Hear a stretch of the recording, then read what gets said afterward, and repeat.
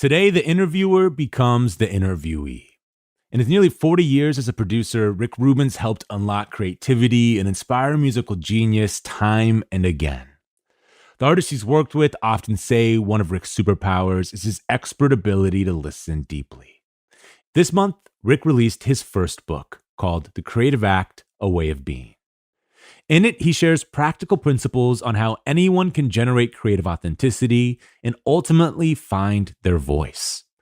The book also explores how a state of openness and belief can help inspire creative ideas and break down obstacles that limit artistic momentum. Malcolm Gladwell talks to Rick on today's episode about the Creative Act. Together, they break down principles in the book that are applicable to feelings of stagnation even beyond artistic life.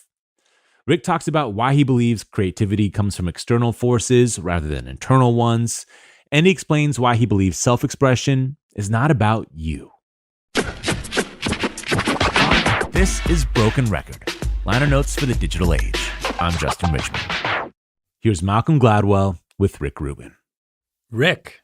Hey. So I have a million questions. And I thought the fun thing to do would be to go through and I would just read you things I underlined because they're things that I would love for you to talk, that we could talk about, but to you in particular. But one of the fantastic things about this book is that I've almost rarely read a book where I felt like I was being invited to contribute. Do you know what I mean? Like every time you made a point, I was like, oh, I have something to add about that. Or this, I mean, I've never read a book like that where I'm like, half the time I'm talking to myself as I'm reading it. So that's what I thought we would get into that as well a little bit. But that's great. That's great. I'm so happy. First of all, I'm happy you like it. Happy you read it. Happy you like it. And I'm happy that it had that effect on you. And I will tell you, there was a version of the book, an unsuccessful version of the book, maybe 4 years ago, that talked about a lot of the same stuff that the book talks about. The content was similar and the writing was beautiful, but it wouldn't have elicited the reaction that you had, and that's why it didn't come out then. Yeah. And from the beginning, the purpose of the book was always, I want people to make great things. I want as much beautiful art in the world as possible. I'm a fan of beautiful things and exciting things and new things happening all the time. And the book was like a call to arms to go out and make something beautiful, change the world, you know? Well, so I have a million questions, but I wanted to start with a very general one, which is, because you're in the world of music, we're reading a lot of this through the lens of music. We're assuming you're talking about musicians, and you give examples of musicians from time to time. From time to time, you also talk about visual artists. You add that into the mix. But I was curious about, are we really talking about all art here? Or is there a difference in the way that music and visual art are done that you're specifically speaking to? I think it's how all creative choices are made. So not only does it include the visual arts, it includes starting a new business, a new recipe you're making as a chef, architectural choices you might make, solving a problem in life where you're not getting along with a family member and you want to get closer to them and have better communication. Yeah. Originally, I thought of it as more of a how-to book about creativity, and it became a book about how to be in the world to allow creativity to happen. And as it turns out, how to be in the world that allows creativity to happen solves a lot of issues. Yeah. I did feel like about halfway through, I began to forget you were in music, and I felt like you were starting to talk more broadly about everyone. It's hard to escape the assumption that this is going to be a book about music at the very beginning. But there's a couple, I want to start reading to you some things and getting you to talk about them a little bit. One is, without the spiritual component, this is from the chapter called The Unseen. Without the spiritual component, the artist works with a crucial disadvantage. It's a really, really interesting idea, and one weirdly that I hadn't heard that phrased that way before. What is the disadvantage here? And what are you meaning by the term spiritual component? The spiritual component is belief in something bigger, something different, whatever it is.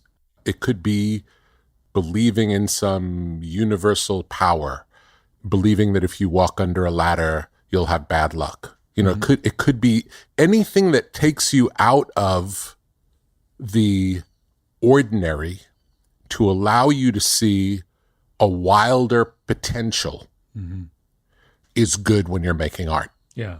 The goal of making art is not to show you just what everybody else sees. It's to see what's possible. And what's possible is radical. It really is radical. It's like we've built very small worlds for ourselves with our reason. Yeah. Have you ever had a mystical experience in your life? Yeah. Okay. Do you want to describe it at all? Oh, well, I mean, maybe my definition of mystical, I have had... I'm open. I'm wide open. Whatever, however you describe it. I mean, I've had moments probably around the death of my father would be an example of... The death of my father was a lot more than just about the death of my father. I guess that's the best way. You become aware in that moment that, oh, he's part of joining, going somewhere, whatever, much larger and older than we would have imagined. That was probably the closest I came to that.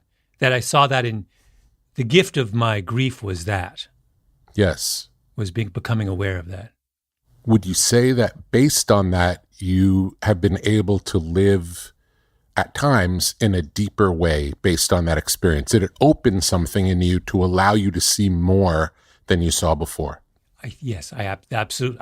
I would count that experience as one of the most crucial of my life. And in a million years, I would never have thought that the death of someone I love more than anyone else would open me up in that way.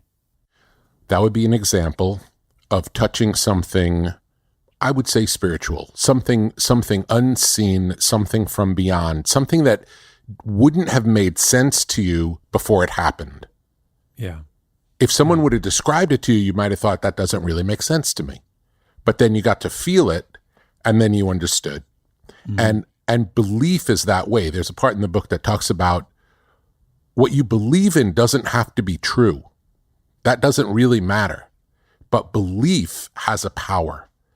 And belief allows you to go further than you thought you can go. Yeah. And there are a lot of tools in the book that talk about overcoming voices that tell us we can't do things because we've learned we can't do things. You know, we've learned what's possible and what's impossible. And if we accept what's possible and what's impossible, we can't go beyond. If the Wright brothers accepted it was impossible for man to fly, we still wouldn't be flying. Mm-hmm.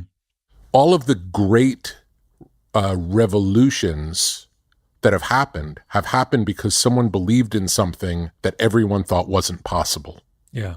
This taps into a larger theme in your book, which I thought was really powerful, which is time and again you come back to the idea that one of the artist's jobs is, or obligations, is to look outside of him or herself. I mean, you do talk about how there's a chapter where you talk about the importance of paying very close attention to what's going on inside your own head and heart.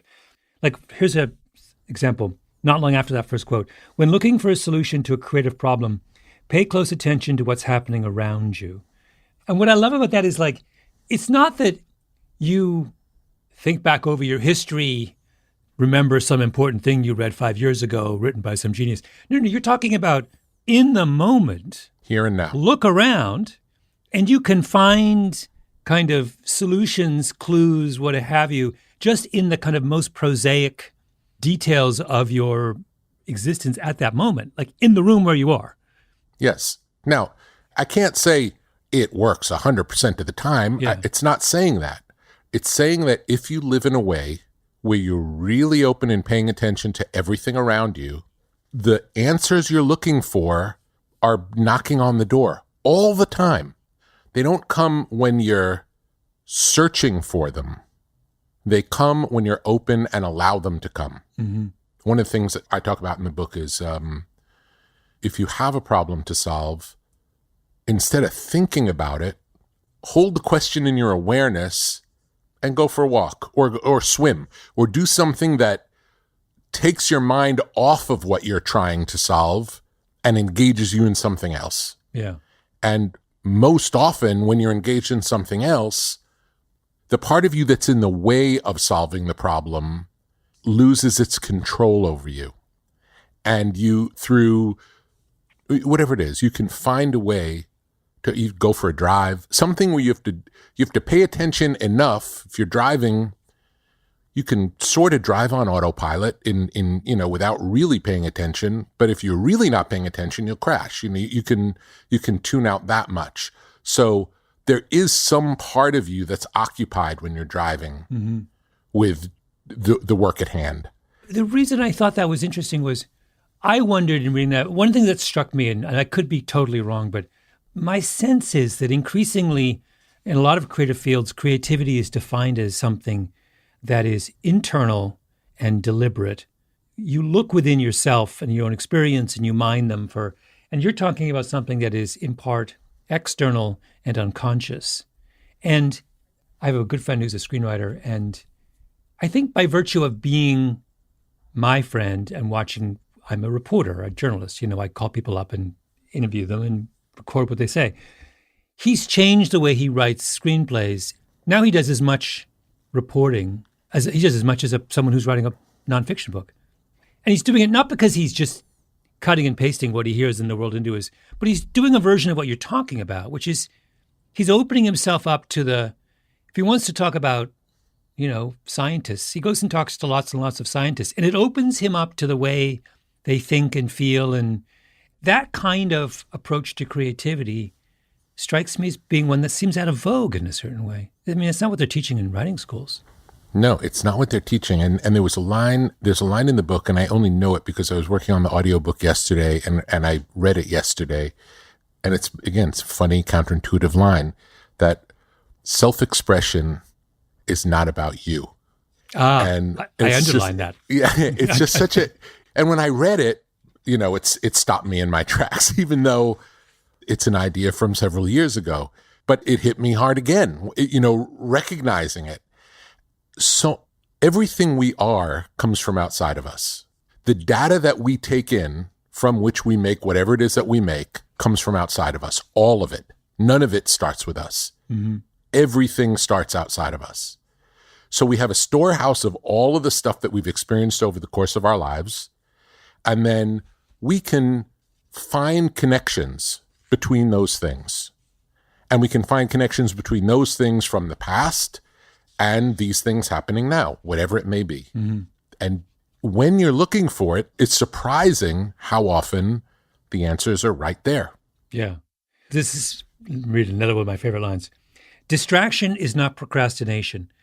Procrastination consistently undermines our ability to make things. Distraction is a strategy in service of the work, which is to your point. So a lot of what this exposure to the world outside of us is about is a kind of productive distraction, right? That's what you're saying with that. It's a combination. There's a productive distraction and an inspiration. The connection with the outside world also can be really inspiring. It can be inspiring if you pick places that are inspiring. I try to pick places to be where I find inspiration on a daily basis. You have a little moment where you're talking about how different, all of us have different strategies for that kind of inspirational place. You said Andy Warhol was said to create with a television, radio, and record player all on simultaneously. For Eminem, the noise of a single TV set is his preferred backdrop. Marcel Proust lined his walls with sound-absorbing cork, closed drapes, and wore earplugs. And I was curious, what's yours? Do you have a kind of mode like that? I would say I like to be in a quiet place, big, beautiful nature, less people. Mm-hmm. Yeah, I'd say natural beauty and less people. It's funny. I'm exactly the opposite. I had a very productive morning in a coffee shop. It was crowded, and I was sitting like literally right up against this 6'4" kid. I think he was like 22 years old, sitting next to his parents. And the kid was super interesting, and he was talking about the PLO in the 1970s and Yasser Arafat. And there was something about like, I don't know, I can't put my finger on what that kind of trigger. After a while, he became my background noise, but it was such a different voice that I was fixing a chapter of something I was working on. And I just suddenly saw the solution. And I think it was what we were talking about. It was some combination of, there's something about that being surrounded by unusual voices that really wakes me up to the range of solutions, right? I'm reminded, there's this kid who's thinking about something I don't think about in a context I'm not in, who's super interesting. Like, wow. So, there's a solution out there. It was funny because I had just read your chapter, which talks about that. And I was in that situation. Is that a place that you go to every day? Many days. I need voices. Mm-hmm. I need noise and voices and activity in order to be able to create. Mm-hmm.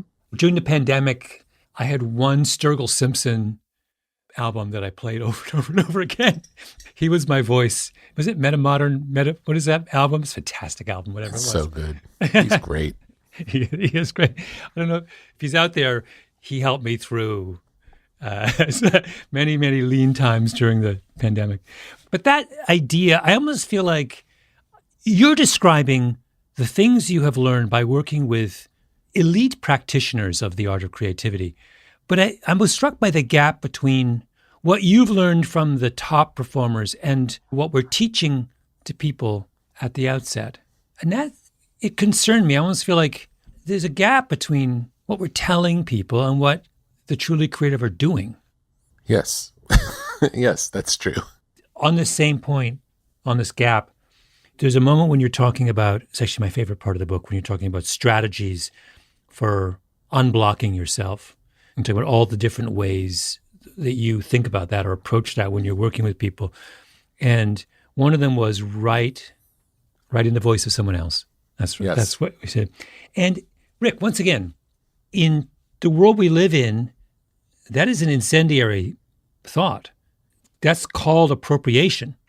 And you have this beautiful, I want to quote, in a similar vein, you say, there are countless examples of imitation turning into legitimate innovation. Having a romanticized vision of an artist's genre or tradition may allow you to create something new because you see it from a different perspective than those closer to it. So not only are you saying that it can be really useful to inhabit someone else's voice or tradition, you're also saying that that can spark a whole new, more beautiful, greater kind of innovation because you're approaching it from your own perspective. You talk about Sergio Leone's spaghetti westerns being a good example of that they transform our understanding of what a Western is. I thought a lot about the audiobook we did with Paul Simon when he's talking about Graceland, which is that, right? Yes, 100%. Or Talking Heads, Remain in Light or Fear of Music. Those were inspired by African rhythms. Yeah. There's a great tradition in doing this. I mean, pretty much the best of everything was based on something else, always. Mm-hmm. And then it's through the new interpretations, like the Beatles were doing American Motown music. But because they were English and because of the distance, they weren't trying to do it different. They did it different because they were different. Yeah. And that was the beauty of it. And that's how the Beatles became the Beatles, Yeah. They became the Beatles because they are the Beatles, but the music they were doing was they were trying to do Motown. Or as you point out, the Ramones were trying to be the Bay City Rollers. Yes, which is true. Yeah, Johnny Ramone told me that himself. So I know that to be true. That is so hilarious. For those of you who don't know the Bay City Rollers, they were just about the dumbest bubblegum band they were like the boy band of the early 70s. And the Ramones think that they had that song S-A-T-U-R-D-A-Y. Night, S-A-T-U-R. And then if you listen to the Ramones, they have those type of gabba gabba we accept, similar types of chants. Yes, that's right. Yeah, they take it and they twist it in this brilliant, beautiful, revolutionary way. But so I want to go back. I want sort of harp on this, but how do we get away from that notion? So it is legitimately the case, and I know this because there are examples of people who I know who are legitimately terrified of even so much as dipping their toe in another tradition or voice for fear of being criticized. It's almost like we're terrified of the sources of creativity. We're terrified to admit to ourselves what we're doing in the name of creativity. The reason someone imitates someone else is because they love someone else. That's why. It's only flattery. When someone is inspired by someone else, if you decided to write because someone else wrote and you like their writing and you decide to become a writer, that's not against them. That doesn't take anything away from them. That's a tribute to them. Yeah.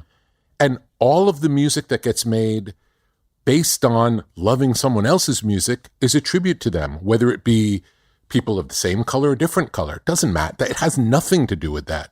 That's not what it's about. Yeah. It's a current misread of the situation. Yes. You know what it is? And it goes to something else you talk a little bit. You talk about the abundance mindset. In getting to that part of the book, you talk about the importance of understanding that number of ideas, essentially the number of ideas out there is infinite, not finite.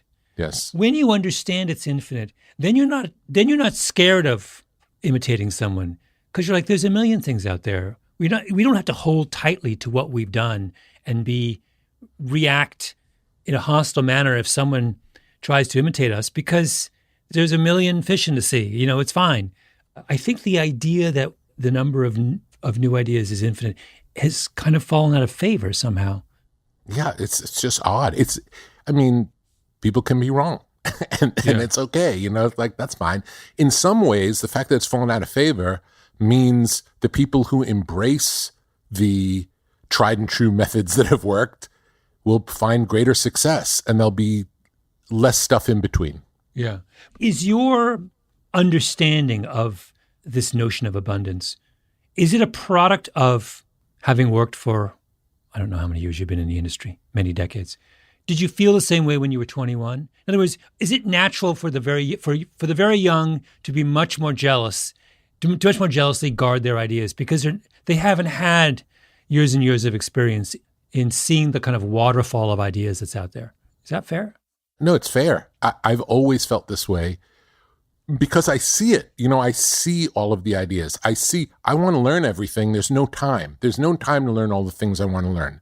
I'm endlessly curious and I'm always looking. I'm thinking back to, it's really more about what we were just talking about, but the reason I learned about reggae music was because of The Clash.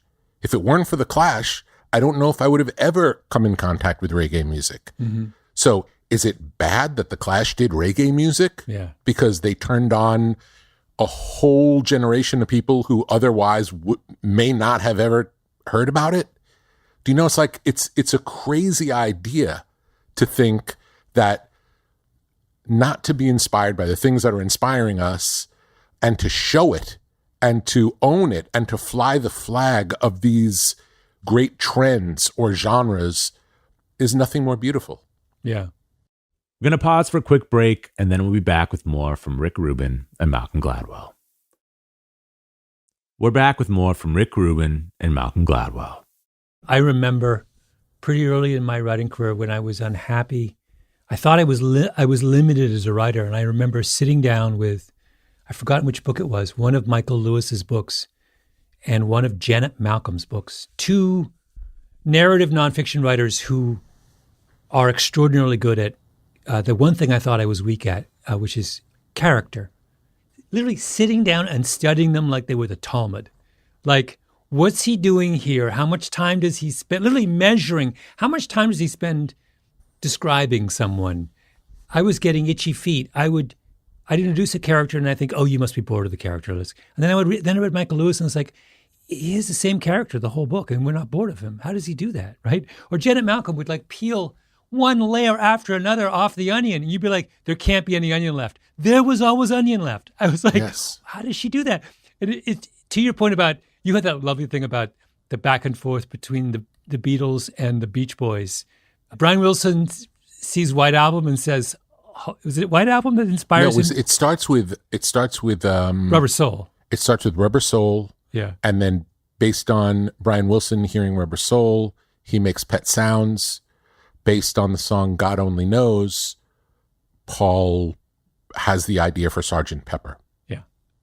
And the point that I make there is not they weren't doing that out of competition. It was out of love and inspiration. And it was an upward spiral between them of inspire a reaction, lifting the level. It was, they made each other better. They weren't trying to beat each other. It was different than that. They loved each other. Yeah. Explain to me, it's sort of obvious, but I'd love for you to talk about it. Why is it important that it comes out of love and not competition? What is it about a competitive drive that is more limiting than a drive of love? Well, first of all, majority of what we're talking about is art. And the way that I see art is it really is about our own self-expression. So I'll give you an example. I just wrote a book. You write a lot of books. The idea of Rick's book competing with Malcolm's book is an insane idea. You write a Malcolm book. I write a Rick book. No one but Malcolm can write a Malcolm book. No one but Rick can write a Rick book. They're mutually exclusive things. Everything is like that. So if you're focused on beating someone else, it makes me think you're not actually playing the same game that I'm playing. The game that I'm playing is I want to make the best thing that I can make for me. That's all. And if someone else likes it, it's great. There's a chapter in the book about success, which is success is when you feel good enough about it, a piece of work you've made, to share it in the world. That's the moment of success. Whatever happens after that's completely out of our control. But the moment that you sign off, it's like, here we go, and then move on to your next project, that's where success lies. So to work on a vibration of competition, it's one thing if it's about running a race. This is not running a race. This really is always apples and oranges. Yeah. Although, it's funny. I think you're selling your idea a little short. I was thinking about this when I read that part. I'm a big fan of cars. And there's a very particular moment in the early aughts when car design goes through a stage that I think everyone who loves cars thinks was one of a kind of extraordinary moment of. It was a kind of, when cars started to look very kind of Bauhausy. I don't know how well you know cars, but there was a very beautiful E-Class that Mercedes put out in the early aughts, which is very, very clean lines, round headlights. At the same time, Audi put out the first iteration of the style they're still in, but it was very clean and they all were doing this, a very similar aesthetic, which was a rejection of a lot of the kind of clutter and complication that had gone on in the previous generation of car design. And you could see it across all the kind of elite car makers. And, nominally you would say these are guys who really are in competition with each other. They are battling over a finite marketplace. They're making the same thing, cars that people drive. But they weren't all pursuing this Bauhaus design strategy. It was out of love. Absolutely. The guy at Audi saw that E-Class and it's like, oh my God, that's a gorgeous car.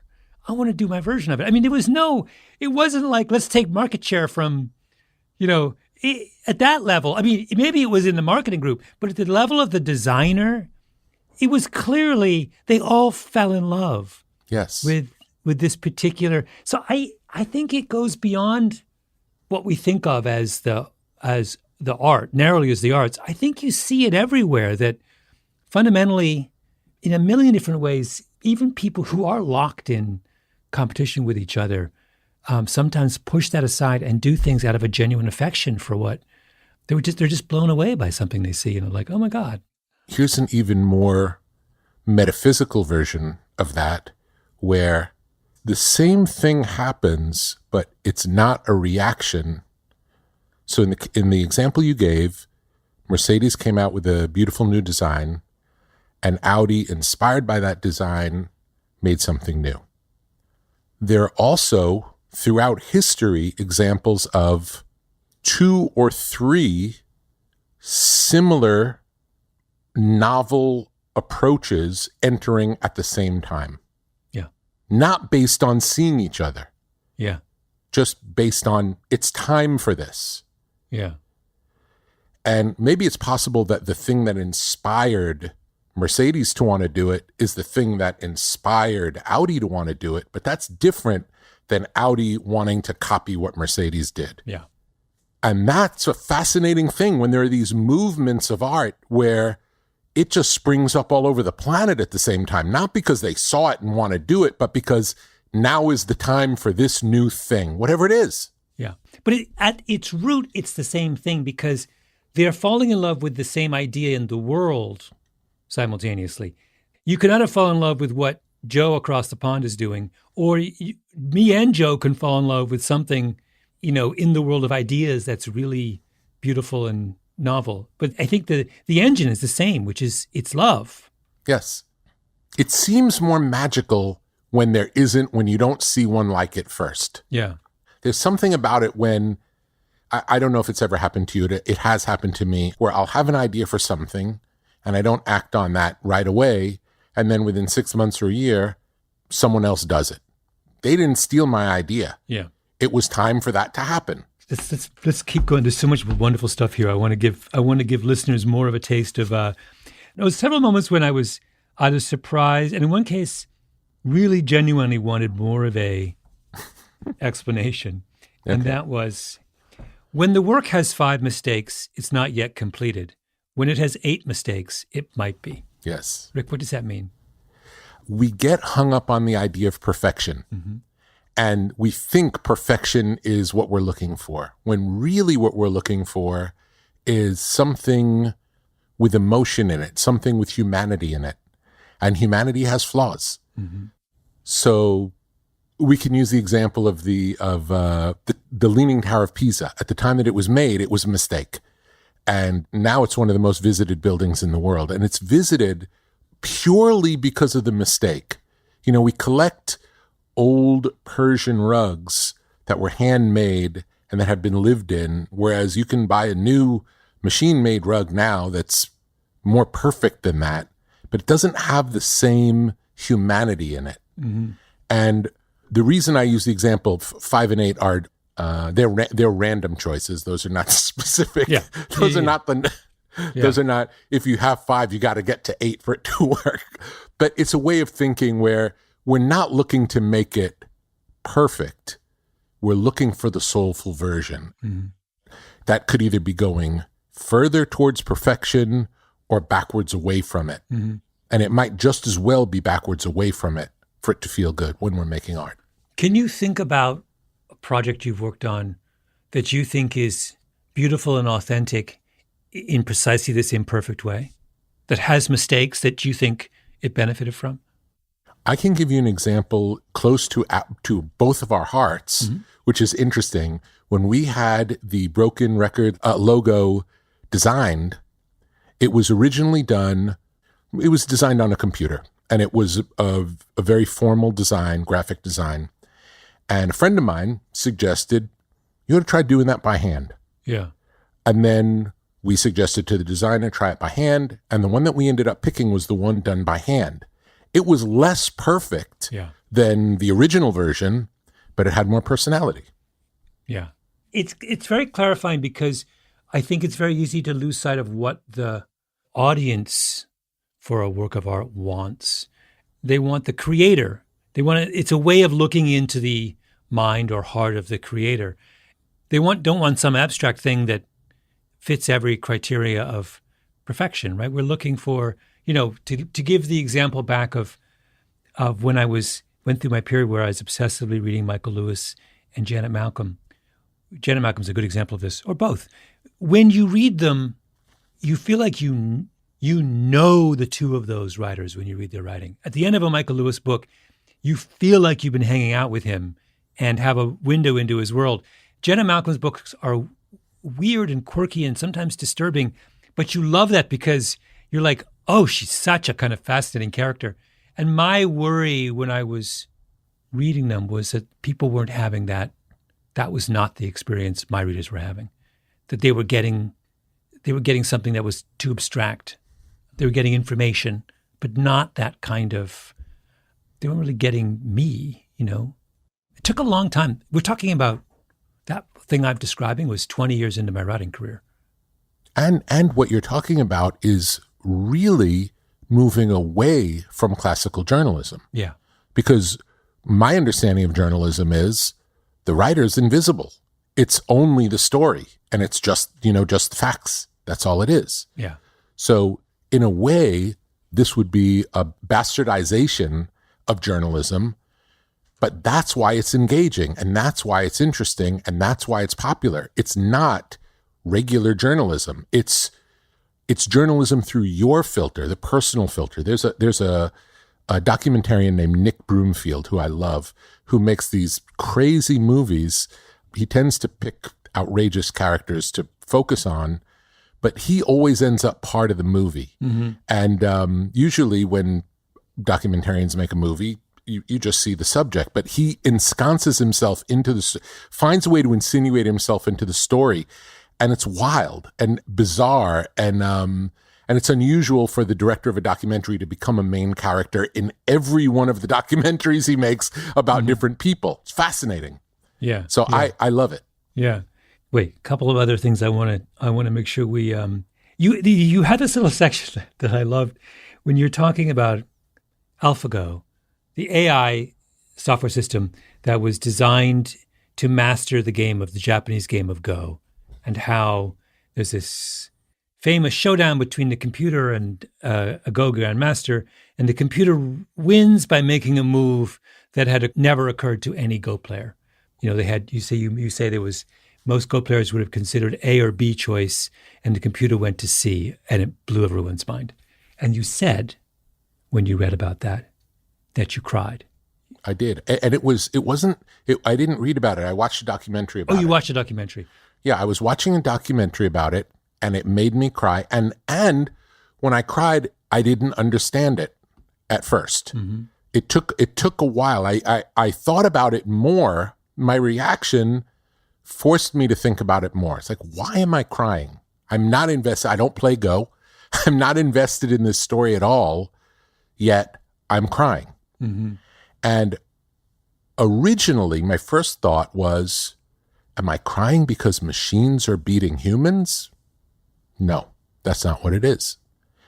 I'm crying because the way that the computer won wasn't by knowing more than the grandmaster. The computer won because it knew less than the grandmaster. And that's what made me cry. It's that the computer didn't have all of the baggage and cultural dogma of how you're supposed to play Go. Mm-hmm. It only knew, these are the rules of the game, I'm playing the rules of the game. And it was fascinating to me because it made me realize, if we can let go of the beliefs of how we're supposed to do things, anything may be possible. Mm-hmm. It's the tip of the iceberg for the game Go, for sure, but maybe it's the tip of the iceberg for everything. And if we can get back to that beginner's mind of not knowing, of accepting that we don't know, we can break through in ways never understood before. Yeah. Never thought possible before. It's funny because I didn't see this documentary. And when I read about your description of how much you were moved by that moment, I was also moved, but not for the reasons you were. I was moved because what that told me was that when human beings play Go, they're not playing Go. In other words, the computer saw Go in its entirety, in a technical sense, saw every conceivable move you could make, made one that would never have occurred to us. When human beings play Go, we're playing this very small, parochial version, governed not just by the rules and potentials of the board, but by our own assumptions, habits, practices, cultural. Yes. And yes. I actually kind of love that about us. In other words, that we've colonized and humanized and brought all of our kind of heart-rending limitations, even to something like a board game.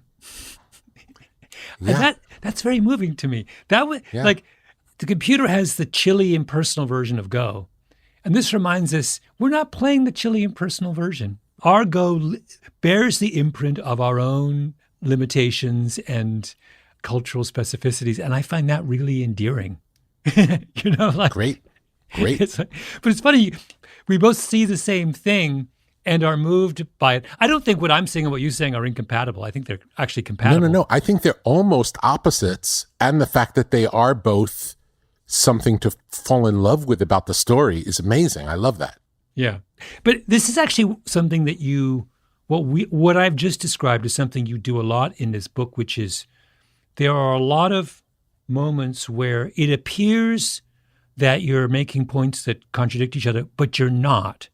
This is the furthest from black and white, this book. There is a lot of this kind of yinging and yanging in it that I thought was really very, very you. It's very like, it's not like you do it this way, not this way. Like the necessity of being both inwardly sensitive and outwardly sensitive. It's not one or the other. It's like there's a balance that you have to kind of observe. We'll be right back with the rest of Malcolm Gladwell and Rick Rubin's conversation after a quick break. We're back with more from Rick Rubin and Malcolm Gladwell. There's a passage there that I really love where you're talking about sometimes there is a musician who you'll listen to when they're trying something radically new. Do you remember this? And you're baffled by it the first time you listen and baffled the second time, and you keep listening, and then finally it becomes something you can't live without. Yes. And I was wondering, was there someone in mind when you... Several. My first experience of that was a group called Trouble Funk. Oh, yeah. In the early days of hip hop, when I was in high school, the only place you could hear hip hop was once a week, a 1-hour show on WHBI called Mr. Magic's Rap Attack. And that was the only, and I recorded it, I cassette recorded it every week, as did all the other hip hop heads in my high school. And, maybe the 6 of us. And we would record that every week. And then that would be all we would listen to all week, because there were, at this point in time, there really were no hip hop records available to buy. There may have been the Sugar Hill Gang's Rapper's Delight. But that was the only one. Mm-hmm. Yet on this radio show, he played all these songs. It's like, I don't even know where they came from. And they were all like 12-inch, DJ living where I lived. It didn't exist. So I'd listen to that every week and hear whatever was going on in rap music. And again, it was a very tight time because all there was an hour, and with, plus it had commercials in it for places like Brad's Record Den in the Bronx, which is, I guess, where you could have bought some of those other songs that I had never gone at that time. I have gone since. And one week in the middle of these all rap songs, he played a Trouble Funk song, which is not rap music. It's go-go music. Yeah. And it's long. And the song was maybe 7 or 9 minutes long. So a 7 or 9 non-rap song took up 7 to 9 minutes of my 60 minutes plus commercials removed, my little bit of rap music for the week. And I was so angry. And every time I would listen to the cassette, I would forward through the Trouble Funk song to get to the rap music. And I did this. And then one time I listened to the Trouble Funk song. And then it took time, but eventually, within a couple of weeks, the only thing I was listening to on that tape was the Trouble Funk song. Yeah. So that's one example. But I'm sure there are many more. I remember the first time I heard 9 Inch Nails, I didn't like any of the industrial music I had heard up until the point of 9 Inch Nails. Mm-hmm. And when I heard 9 Inch Nails, my initial reaction to it was, this is that kind of music I don't like. I don't like the production. I don't like those sounds. And then eventually, took probably a year, 9 Inch Nails became my favorite group. But the things that I didn't like about it weren't the things that were good about it. In the case of 9 Inch Nails, case, Trent's songwriting was so far superior to anyone else making that kind of music that once I could hear his songs, it didn't matter whether or not I liked the style. Yeah. And then when I liked the songs, eventually I grew to even like the style because his songs made me like the style. Oh, I see. It's this interesting thing about, for different kinds of creative experiences, there are different thresholds. The familiar has a very low threshold. The unfamiliar has a much longer threshold. But what's interesting with that story is very particular to you, is that you had the patience to wait long enough so you could reach the threshold of understanding what Trouble Funk was doing or what Trent Reznor was doing. That's unusual. So a lot of what you're talking about in this book really does seem to be things that can be taught and understood, and you shift what you're describing now is something very, not impossible to teach, but very hard to teach. To persist with something you didn't like, the Trouble Funk. No. And yet somehow you kept coming back in one way. You didn't dismiss it. You disliked it without dismissing it. That's, I guess, what I'm trying to say. That 99% of people, when they dislike, they dismiss. But you didn't. I want to understand, why didn't you? I may have. Back then, I may have dismissed it, but for whatever reason, because it was on a cassette and because I had to keep coming back and forward when it would come on, and I might be doing something else in my room, it was able to get through to me. And this, again, we get to the metaphysical aspect of it. The universe wanted me to hear Trouble Funk. That's why I was able to hear it. Mm-hmm. If it wouldn't have presented itself over and over to me, I wouldn't have. So yes, I allowed it in, but it wasn't all me. Mm-hmm. It's, I'll give you another example. It's not uncommon when I'm out and about to have someone recommend something that they think I'll like. And when they recommend it to me, I listen and it sounds like a terrible something that I don't like, the kind of thing I don't like, whatever it is. An example would be, it's not a real example. Hypothetical example is, oh, you love this new horror movie. I don't like horror movies. There's no chance I'm going to watch a horror movie. That wouldn't work. If 3 different people who don't know each other all suggest to me to watch that horror movie, I will watch that horror movie, even though I know it's something I don't like. And the reason is, the universe really wants me to be aware of this. Mm-hmm. People are telling me. Why are people telling me? Mm-hmm. This is not for me. So that's an example of, again, paying attention to the signs around you. If several of your friends tell you the same thing that you initially discounted, it might be worth a look. This is funny because this goes into one of my, it's similar to one of my little, I have a rule, I have these implicit rules I carry around in my head. And one of my rules is never say something's that you consume or see or whatever is bad. Only say, I think it's bad right now. Yes. Great. And if, by the way, the whole world, social media particularly, would be so greatly improved by that rule, right? I don't like what you said right now. Yes. It's very different from saying what you said is wrong, right? It's absolutely polar opposite. But adopting that with art, I wonder about how many, I'm talking now about sort of the critical community, how much criticism, how much it would change our understanding of art if critics universally followed that rule. In other words, if they always acknowledged that they may be in a situation that you were in with Trouble Funk, that the universe wasn't there yet, you weren't there yet, and also that story about Trouble Funk is that you weren't looking for Trouble Funk. You were looking for hip-hop. So like it was an intrusion in the beginning. It wasn't a treasure. It was something that didn't belong. Yes. It was something that didn't belong and was taking up valuable time. Valuable cassette deck space, yes, because it was only 60 minutes. Did you have the 90s back then or just the 60s? We had 60s and 90s and eventually 120s. I remember that. 120s were huge. But that idea of building into our critical assessments some notion about probability, that my judgment is conditioned on 2 things, idiosyncratic to me, and it is at this moment. And both of those things may not be true in some future date. That just is so insanely liberating to me. Like, I don't understand. Can't we pass this law that says you're only allowed, you must always use I think and right now in any creative judgment? Yeah.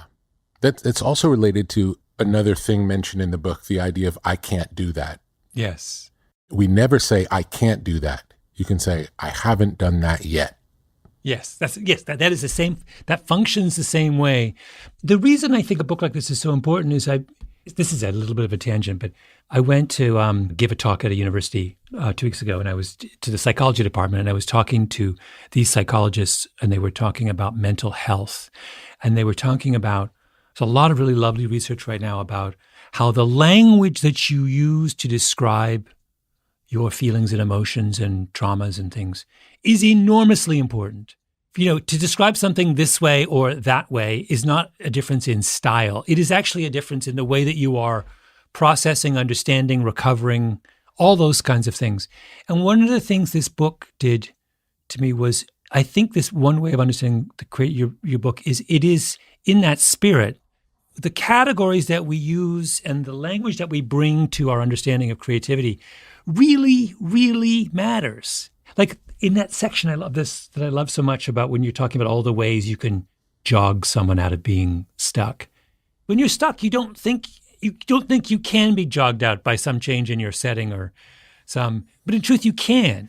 You remain acutely sensitive to the influences of your environment. And it's so hard for us to understand that the influence and impact of those kinds of framing devices. And settings and language are framing devices, right? Yeah. That is often what causes us to suffer unnecessarily. Absolutely. There's a teacher named Marshall Rosenberg who wrote a book, which is not a great book, called Nonviolent Communication. Mm-hmm. And he's a great teacher, but he's not a great writer. And he passed recently, unfortunately. But I would suggest people, if they're interested in Marshall Rosenberg, there is an audio called Speaking Peace that is better than the book. And then watch videos of him on YouTube. Mm-hmm. Just because the book, I found the book hard to understand. But it's basically all about this. The language of our culture is violent. Yeah. And it's not just violent towards each other, it's violent towards ourselves. Every time we say, I should have done that, when you say I should, it's called a make wrong. So by saying I should have done it means I was wrong, this is the right way to do it. When at the time you were doing the best you could. So so when at the time you're doing the best you can, to make yourself wrong isn't helpful. Yeah. And there's a whole list of trigger words and ways of sharing a vocabulary of feeling that helps us better communicate. And when we communicate better, we tend to get along better. It's beautiful, beautiful teaching. Yeah. A couple other smaller things. There's a couple of moments in this book where I scribbled in the margins, who is Rick talking about? But there was one that I wanted you to, if you don't mind. You talked about how you were working with an artist on a song, which was a love song, and you were trying to solve the problem, and you finally solved the problem by telling the artist, don't think of a romantic partner, think of it as a devotional to God. Who was the song and who was the artist? Can you tell me? That was Johnny Cash, and the song was The First Time Ever I Saw Your Face. Oh, my goodness. Oh, that's so interesting. I know that version so well. That's totally blowing my mind because that's what it listens like. Yeah. Oh my God, that's genius, Rick. That is genius. And it was also, and I interviewed Roger McGuinn the other day, and he talked about the first Bird single was Mr. Tambourine Man. And out of the blue, he said, when I sang it in the studio, no one knows this, but I sang it as a devotional to God. I said, but the lyrics aren't about that. I was like, I know. But that's how I was able to sing it and feel it. And it blew my mind. Oh, that's really interesting. This is why I miss liner notes so much. I feel like this is the function of... But Ray, those two facts about First Time I Saw Your Face and Mr. Tambourine Man, those both radically changed the way you hear those songs. Yes. The Cash song makes way more sense. I've always not understood why I found that song so powerful. Yes. It really, in the context of all those ones, it's one of the ones that it pops in this kind of strange way. And it's haunting in a way you don't. And now I understand why. He's singing it with a completely different intention than I imagined. Yeah, and if you listen to the original song, it's unbelievable. Or when I say the original, the popular version, because the popular version is not the original either. Mm-hmm. It was written by Ewan MacColl, and it's an Irish folk song. And if you've ever heard the Irish folk song version of it, it's almost like a yodel. It's very unlike all the versions that we're familiar with. I realized when I read that as well that I have a version of that, which is years and years ago, I sat down on an airplane next to a guy who happened to be reading one of my books. And I had this very, very long conversation with him. And I still remember what he did. His job was to go around the country opening Trader Joe's. He was coming from New York. They were opening a store like in Brooklyn or something, and he'd just been in Brooklyn for a month. Lived in Atlanta, had 2 kids, was like 8 years old, business school degree, I think, maybe not. Anyway, I had this lovely chat with him, and I realized, oh, that's my reader. And every time I'm stuck, I think about him. Beautiful. It's for him. He was beautiful. And he said, because he told me, he said, I'm very, very busy. I teach Sunday school. I'm a coach in my kids' little league, and I have this job, which is very demanding. I have time to read 3 books a year. And I realized, and he's chosen one of mine. I'm one of his 3, which is like phenomenally flattering thing. And I realized, if I can keep being one of his 3 books every year, then I will succeed. Beautiful. Right? And that, beautiful. I think about him all the time. He was like That's great. Yeah, really, really. But it's insanely liberating to know that's what it's for, right? Yes, for that and guy on the airplane. The fact that you randomly got assigned that seat, he happened to be reading your book on that particular flight. Mm-hmm. Yeah, it could be, it's all a coincidence, yet it's what you needed to hear to be able to keep doing what you've been doing for all these years since then. Maybe it's accidental. Who knows? Yeah. That's the point. It's like these things happen all the time. Yeah. Maybe they're all accidents. It's fine. It doesn't matter if they are or not. Yeah. But if they happen, and if you can use that information like you do, we all win. Yeah. All to the better. All right, Rick, one last thing. The last thing I underlined in your book, page 365. And I was like, wait, I didn't expect this, which was, hold on, let me just go there. What is it? And I don't know why in retrospect I found this so surprising, but you say, when I work with artists, we make an agreement. We continue the process until reaching the point where we are all happy with the work. All in is italicized in that. And I was like, I realized, and maybe this is because how badly I needed your book, it never occurred to me that there would be art on the level that you have been a part of creating without dissent. I was just shocked. I was like, wait, you've done all this for so many years with so many different people under an explicit promise of unanimity. That blew my mind. There'll be dissent along the way. Yeah. But that just means we haven't gone far enough. It just means if you like it and I don't, it's not good enough. And if I like it and you don't, it's not good enough. And if we can get to the point where we both love it, it's probably better than the one that one of us loved and the other didn't. And if there are 5 people in a band, and if 3 of them like it and 2 of them don't, and you get to the point where all 5 of them like it, chances are it's better. And not just that, you're done. Yes. Yeah. No, it was just like such a kind of, I just thought of that idea that what you're building in the end is a kind of harmony among all of the voices is a beautiful way to end a very, very beautiful book. There's a part in the book where we talk about cooperation, which is exactly this, working with other people. Historically, I'll say most times that people work together, there's a rivalry of ideas. Mm-hmm. Each person is arguing to win the debate, to have their idea be the one that's chosen. And I'm saying that's not productive. Yeah. And the best way to do it is for everyone to demonstrate their ideas. It's even better if they're demonstrated in a blind way where we don't even know whose idea is what. We just hear the ideas and then everybody picks. Yeah.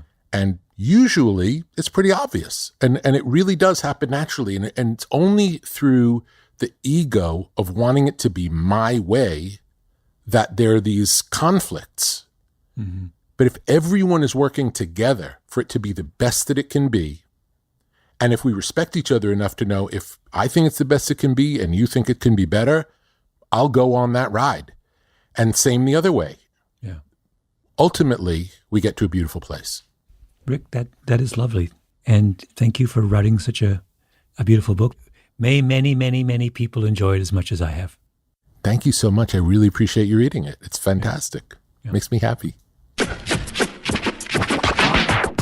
want to thank Rick on the record for taking the time to put his philosophies around creativity in a book. The Creative Act, A Way of Being, is out now. Be sure to check it out. You can subscribe to our YouTube channel at youtube.com/Broken Record Podcast. We can find all of our new episodes. You can follow us on Twitter at Broken Record. Broken Record is produced with help from Leah Rose, Jason Gambrell, Ben Tolliday, Eric Sandler, Jennifer Sanchez. Our editor is Sophie Crane. Our executive producer is Mia LaBelle. Broken Record is a production of Pushkin Industries. If you love this show and others from Pushkin, consider subscribing to Pushkin Plus. Pushkin Plus is a podcast subscription that offers bonus content and uninterrupted ad-free listening for $4.99 a month. Look for Pushkin Plus on Apple Podcast subscriptions. And if you like our show, please remember to share, rate, and review us on your podcast app. Our theme music's by Kenny Beats. I'm Justin Richmond.